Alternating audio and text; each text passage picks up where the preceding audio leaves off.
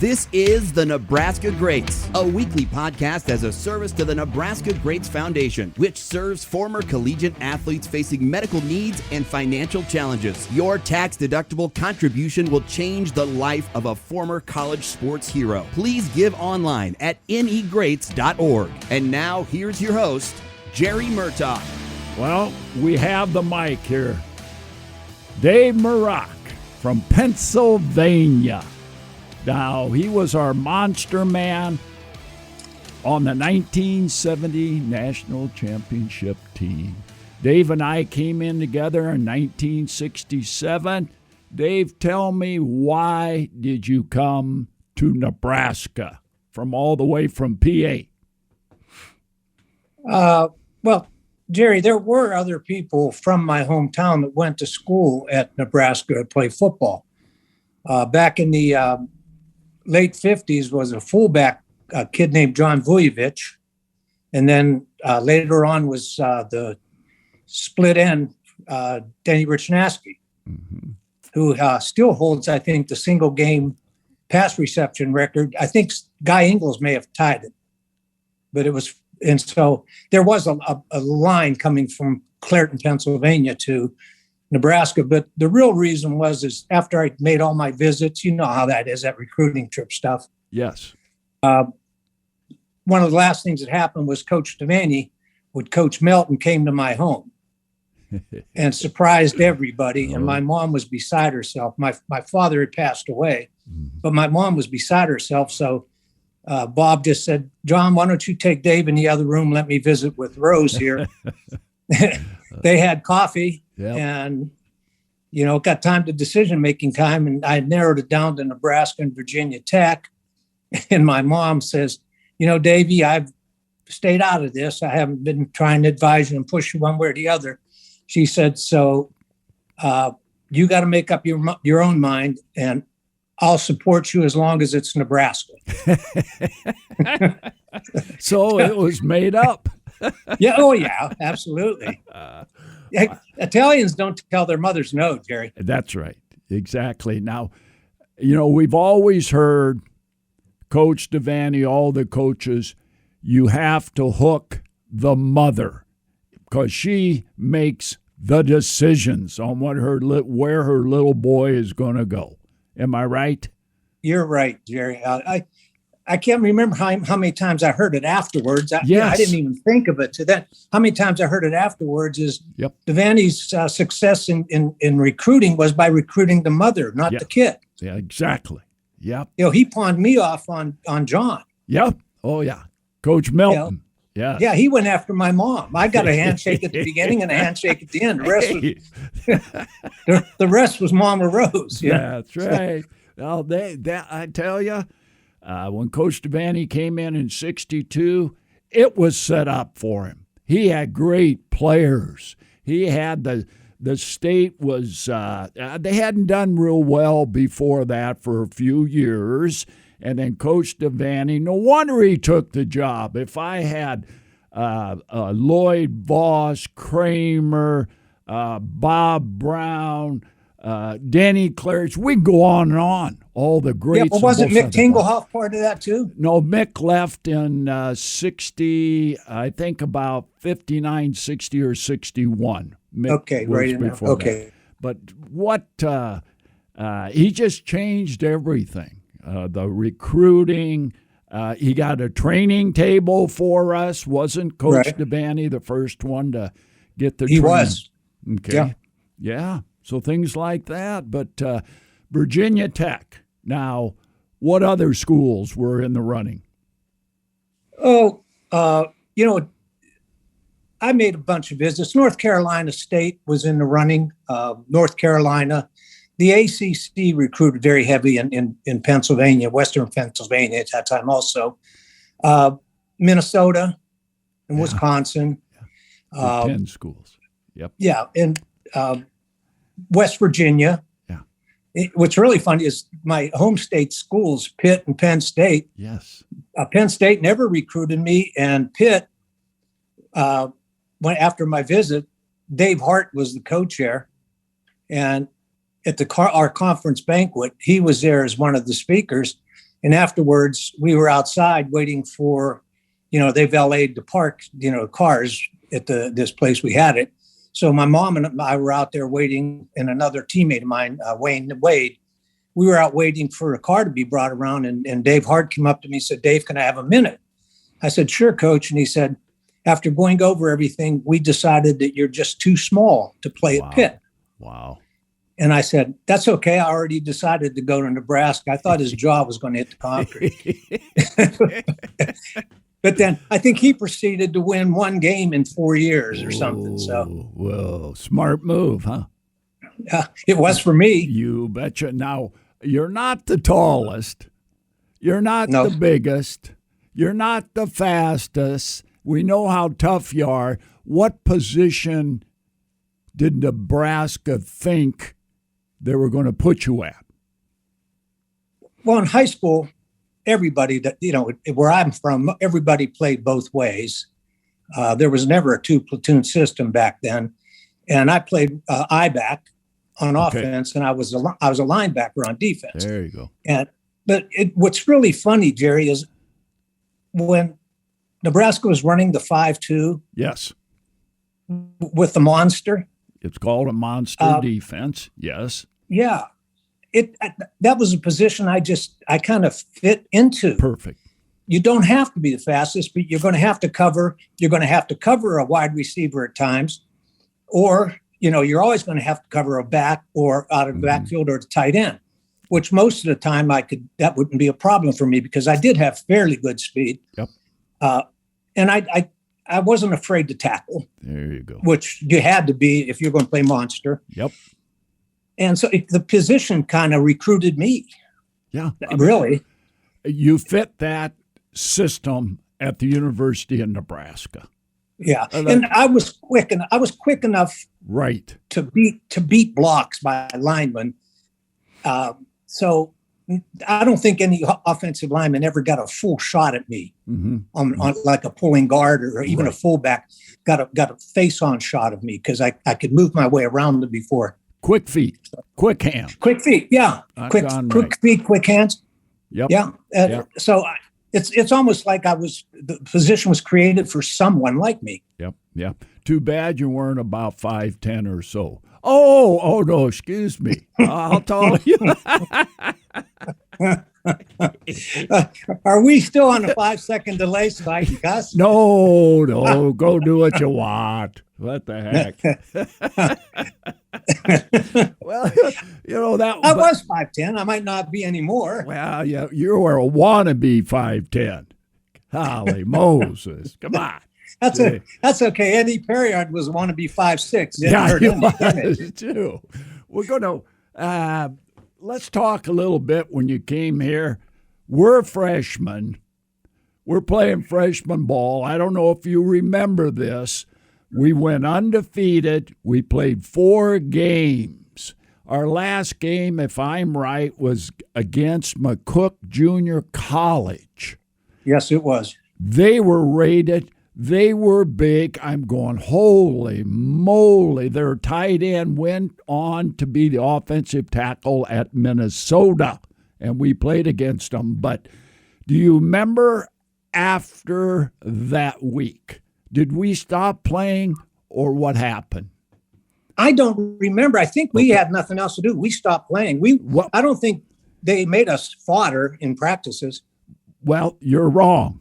We had to practice 1 extra week with Coach Kiffin because he was upset at us because we didn't play up to par against the junior college. I remember that thinking, what are we doing here?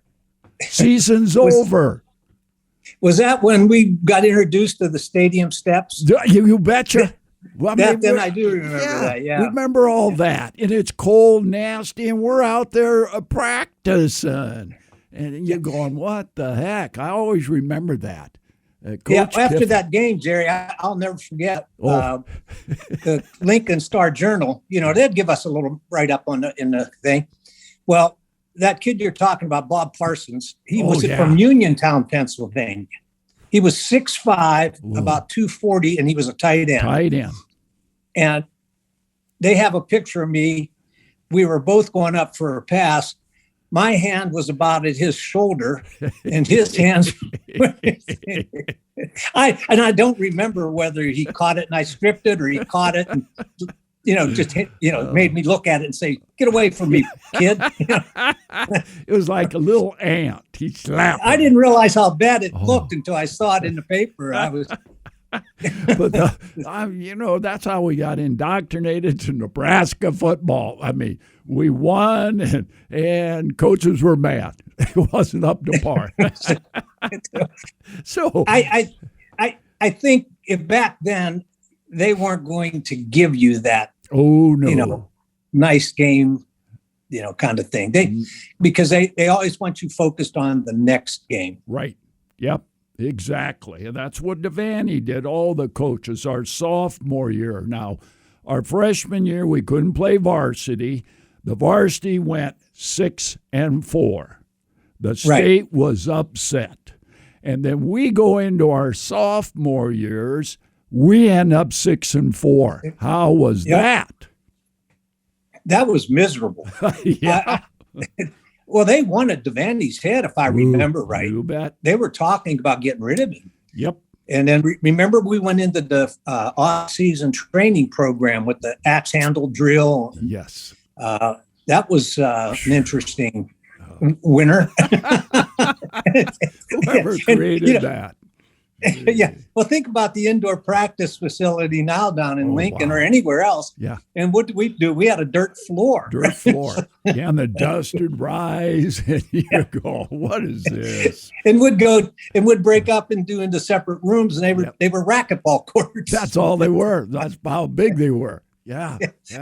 I'm wondering why they didn't park an ambulance outside that axe handle door. People that got carried out of there. Oh wow! But guys, broken nose, bleeding, noses, lips, and ears. You're going, how does this help you in football again? I didn't understand that one. Well, we're Survivor. You have to be a Survivor. Who's coming out? Two are going in, and one's coming out. But it still, to this day, boggles my little pea brain what this did for you in football. Other than grab a stick and try to get away from. I mean, we did that in grade school. Holy crap! All right. Let's just call it character building. Character building. Oh, like all of us had character. I don't think so. Hey, we were still kids. It's fun to play make-believe. Yeah, it was, boy. Holy crap. So that year, 2 years, 6-4, they wanted Devaney. I had threatening calls to my house. I was married, had one kid.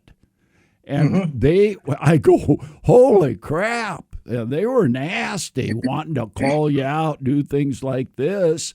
So that was do you remember after the game, we got beat by Oklahoma 45 or 47-0 on national TV.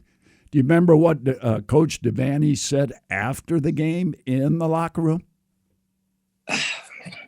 No, but it wasn't pleasant about this will never happen to us again or something. Well, what was it? Was I'm sitting right there next to him. He's standing up, and we all have our helmets on and expecting. Yeah, we kept them on.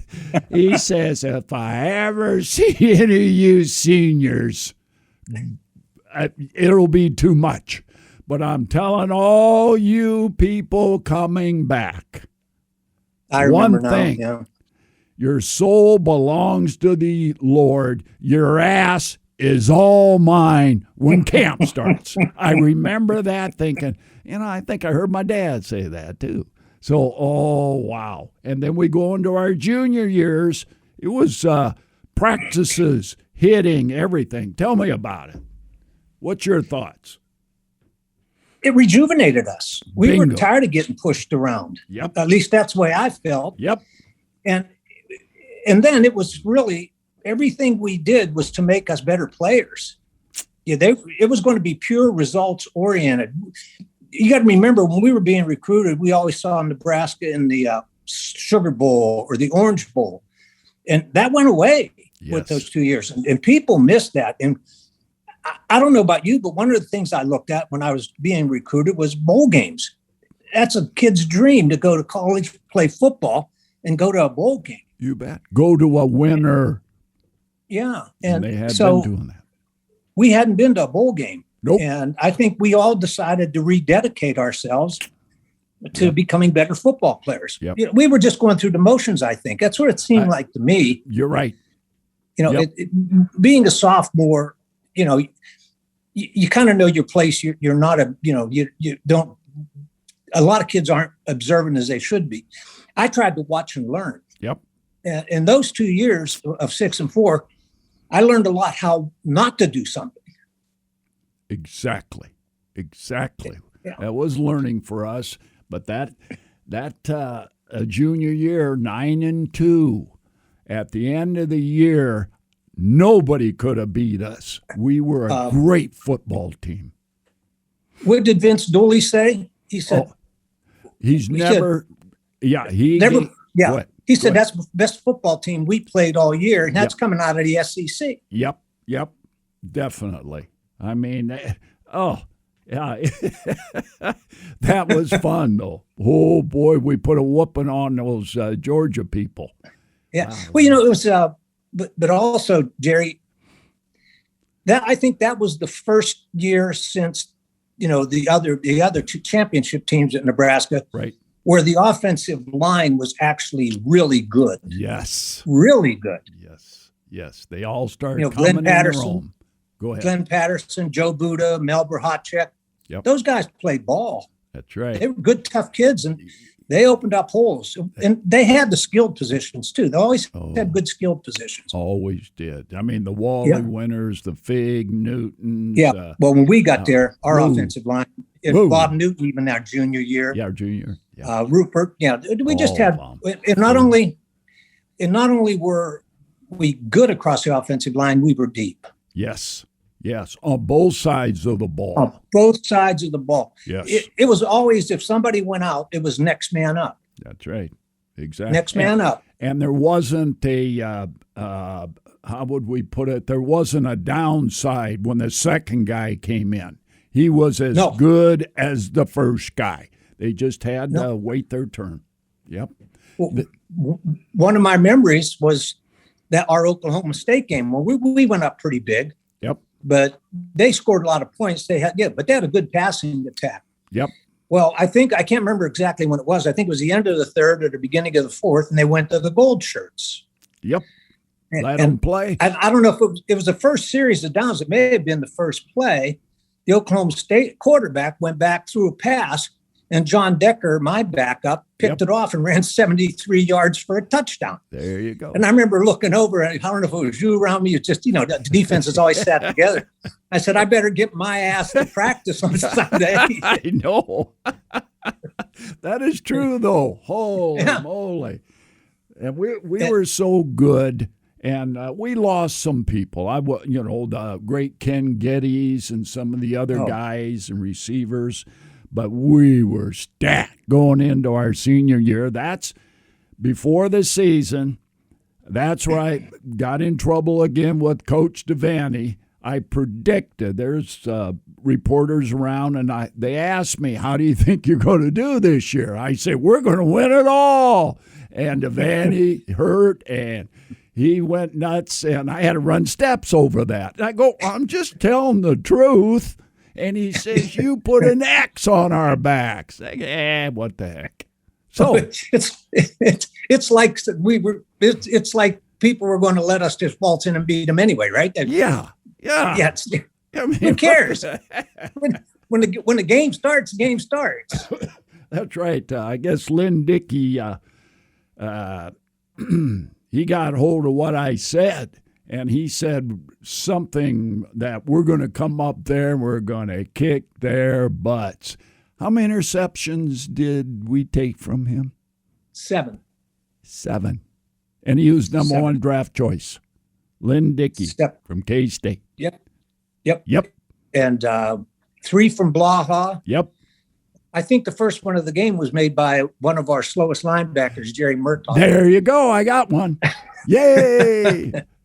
Yeah, and I think Billy Cush had 1 or 2, or I had 1, and I don't know if Jimmy had 1 or not, but it was a total of 7. 7. He was shell shocked. Oh, totally. And the pass rush was oh my. That's something that you just failed to remember. You remember it when you're with each other, but we lived in the other team's backfield. Oh, wow. I mean, try blocking Eddie Perriard. You couldn't single block him. Nope. If you tried to double team him, he split the seam. That's right. How many times we're watching film? We couldn't watch it all the time because we had our own assignments. But how many times watching film was Eddie tackling the quarterback before or right after he handed the ball off? That's right. Eddie. And Jake was a good pass rusher. He had those long arms. Right. How about Dave Walleen? Yeah. He was a run stopper, but if he had an open path, he's going to get there. And then, Spider Atkins and Willie Harper. Oh, and what quarterbacks couldn't figure out, Willie was faster than they were, so they could try and run away. He's going to run them down. Right. And then when he backed off into coverage, they're talking about we were playing a 3-4, what we were doing. When those DNs would back off, we got 3 guys rushing.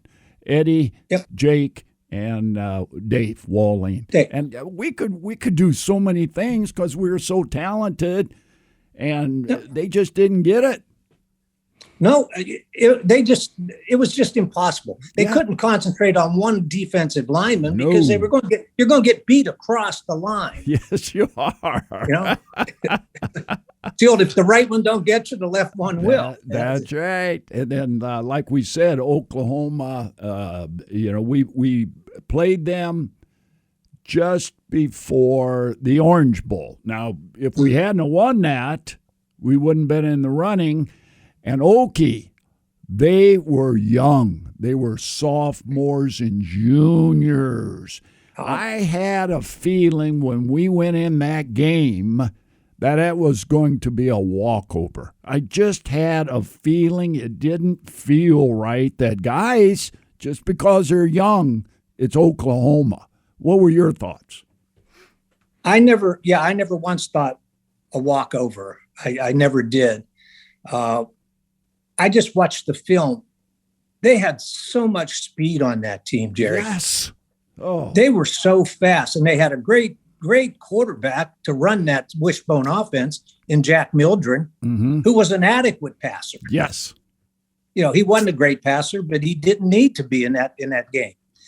But I remember we were prepared for him. We couldn't. It was one of those things where we knew we weren't going to shut him out, but it was just one of those games where we just had to keep everything in front of us. Yeah, and a lot of times I'm thinking, there's something wrong here. We aren't getting after them like we should. These are sophomores. We should have beat them by 30. We should have really beat them bad. Well, I think my thoughts, I can't speak for the whole defense. I can speak for me. I was always worried about missing my assignment, not being as aggressive as I should have been because I didn't want to get beat to the outside or something like that. Yep. So that speed it concerned me. Well, it really did. Yeah. I agree. And so, but in the end, we won it. Oh yeah. We beat them by what, 10, 14? I don't know what we beat it was. them 28-21. Oh, that's only 7 there. That's it. And if you remember, it was one of those Hail Marys at the end. And there was 2 of us there. And I know I got my hand out and somebody else tipped it with me. And it landed right in Jimmy Anderson's arms. That's right. Oh, Jimmy. And then remember, he ran out of bounds because Yes. the game was over, and an Oklahoma guy chased him 5 yards out and nailed him. Yeah. And Jimmy didn't even feel it. He was so happy. He didn't give a shit. That was great. Then we go into the Orange Bowl. Let me set it up. We're rated third. We have Texas and who was ahead of us? Ohio State. Texas, Ohio State, and us. Right. What happened? You want the short version? Short version. We're running out of time. Notre Dame beat Texas. Yes. Stanford beat Ohio State. Yes. We beat LSU, national championship. And that all happened during the afternoon when they went down. When we were on the bus, we got word that we're going to be national champs if we beat LSU. Do you remember what Eddie Perriard was doing on that bus ride? He went nuts. He went nuts. I wonder if we got a bill for the bus door that he broke down to get out when they stopped the bus. He was. I thought, Jesus, he's hurting people. He was crazy. And that man had 15 tackles that night. I swear 12 of them were in the backfield. He was on the quarterbacks, the backs. Perfect game. Their offensive line couldn't handle Eddie. Well, no offensive line. No offense. Nope. So, but it just continued in there. And man, I'll tell you what, I don't know if that was the best game of his career, but I'll tell you, it was in the top two. Yep. And Eddie's in front of us all the time. I saw more than you did. You're on the outside. Right. Can't see as much. That was, I swear that center today is still thinking about how he got his butt beat. And he didn't even see him half the time. He was around him. And he's, look, this is a gospel truth. He'd snap and he'd turn around at the quarterback looking for where the middle guard went. He'd turn around because he couldn't find him. I go, wow. Eddie Perriard. Eddie Perriard. Yeah. I think he was. Go ahead. He was a Rich Glover before Rich Glover was rich. He set the standard for Rich. Yep. And two completely different type players. Yep. And okay, everybody asks me, they always have, who the two greatest defensive football players ever played at Nebraska. Most people forget Trainwreck, Tommy Novak. Now, I followed him, watched films on him 4-time All-7. There is nobody like Tommy Novak. And you know Tommy. So I used to watch him play racquetball with the chief. What was the chief police saying? Yep. The chief police. Yep. Yeah. And I've never seen two men that big in my life and that powerful. I shook hands with him once, and I thought he was. I thought that he's going to squeeze the top of my head off my hand. Yep, those were men. He was the best. The second best, I think. Wayne Malin, 2-time All-American. He reminded me of Tommy. They were the same built. They were massive, strong. They were so quick and big, and wow. I personally, till I die, those are your two best, and you put everybody else behind them. I can't speak to Novak because, I was in Pennsylvania when he was playing this football. Watched everything. Wayne Malin, you'll never get an argument from me from Wayne Malin. I mean, that's just, that's a total fact of life. And there were so many good ones, Jerry. I would hate to, I'd hate to do that, but Wayne was a 2-time All-American. He anchored that line. And there were times where they moved him back into a linebacker position, and he was fast enough to go sideline to sideline. That's right. You look at him and you'd go, how can you be so fast and so big? And so big. And the guy was so strong. He never lifted a weight once. Never. Yeah. Well, I'll tell you this true story before we go. We played flag football in Omaha. Yep. And Wayne was on our team. And we had another big guy, offensive lineman, who never played at Nebraska, but he was big. Well, he'd come to the games in a Harley. And so we had a game up in North Omaha against I think it was against the all-black team called The Place. Yes. And it was Emmer Belly High, and Roger Sayers played. Oh, speed. Yep. Speed. Yeah, they had a lot of speed. Yep. Well, we get to the game, and we're standing out before we go in the stadium, and this guy comes up in his Harley. And pulls it up, parks it, and the cop comes over and said, "You can't park there." Wayne Malin goes over, picks the damn thing up, moves it about 10 feet and says, "Is this okay?" That cop didn't know. Yeah, oh shit, that's good. That's good. That would be Wayne, wouldn't it? He was something. And he never lifted a weight in his life. Never lifted a weight. He was something. He farm strong. Yeah, he got drafted. He went about the third round as a linebacker. Yeah, So, Minnesota, right? Minnesota, a linebacker. So, but quickly, we're about out of time. But that Orange Bowl, we win it. Everybody goes nuts. Devaney's, shaking. We're one, which we should be. The first two teams got knocked off. It's our turn. They all had a loss. We had a tie. So that's the way it went. And if we would have played Southern Cal at the end of the season, oh, Lord, we'd have ate them up. We should have ate them up, but the offense had 6 turnovers against Southern California. So I blame the offense. Well, we're a team. It's a team effort, but it was disappointing to me because that was probably the best game as far as rushing yards. Yes, and long runs that Joe Orduna ever had. But he put the ball on the ground twice inside the 10. Oh yeah, yep. So 6 turnovers. we should have beat. Oh, wow. That should have been. I don't want to say a blowout. But we were 3 touchdowns better than USC that year. Oh, yeah. And they were we didn't show it, but we were. Yep. I truly believe that. Definitely. And that's not braggadocious. I mean, I honestly believe just by the way we handled them, and they couldn't put points on us. Nope. And we moved the ball we pushed them all over the field. All over the place. Yeah. We just couldn't get the ball in the end zone because we kept putting it on the ground. Well, free ball here, so come and get it. Well, like I said, I blame the offense. I have no qualms with that, and they don't either.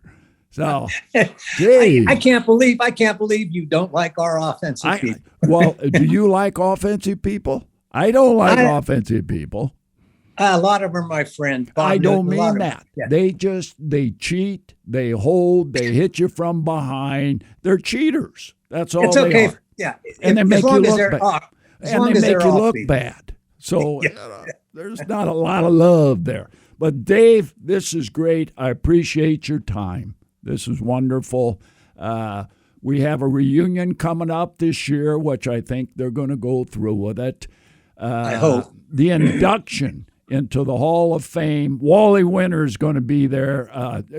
Wally passed away, but they're inducting him into the Nebraska Hall of Fame. And his brothers, all little brothers to me, because we always hung around, drank beer, fished. We did everything down there in Arkansas and here. But it's going to be a great year for Nebraska, I believe. I hope you're right. And there's not a person that deserves that honor more than Wally Winter. Yeah, Wally. Yeah. Great friend. He wouldn't say shit if he had a mouthful. All he did was go out and perform. That's what he did. He wasn't boisterous. He just went out there and pushed people all over the field, made holes for our backs, got up, went back, did it again. Yeah. Silent Wally till he got mad at me. Then he got a little upset. I always made him upset. I don't know why. Well, after it's over, a couple beers and a big cigar, you guys were friends again. We're always friends. He just, I knew how to get to him. That's all. That's what we do. So we're all brothers in this. Again, can't thank you enough. We'll be seeing you soon, all right? Anytime, Jerry. You bet. Thank you. Take care. This has been Nebraska Greats, a weekly podcast serving the Nebraska Greats Foundation. You can find each episode on Apple, Spotify, Amazon Music, Google Play, and anywhere you get your podcasts. Please give generously to serve Nebraska's former sports heroes in need at negreats.org. And be sure to follow the Any Greats on Facebook and Twitter.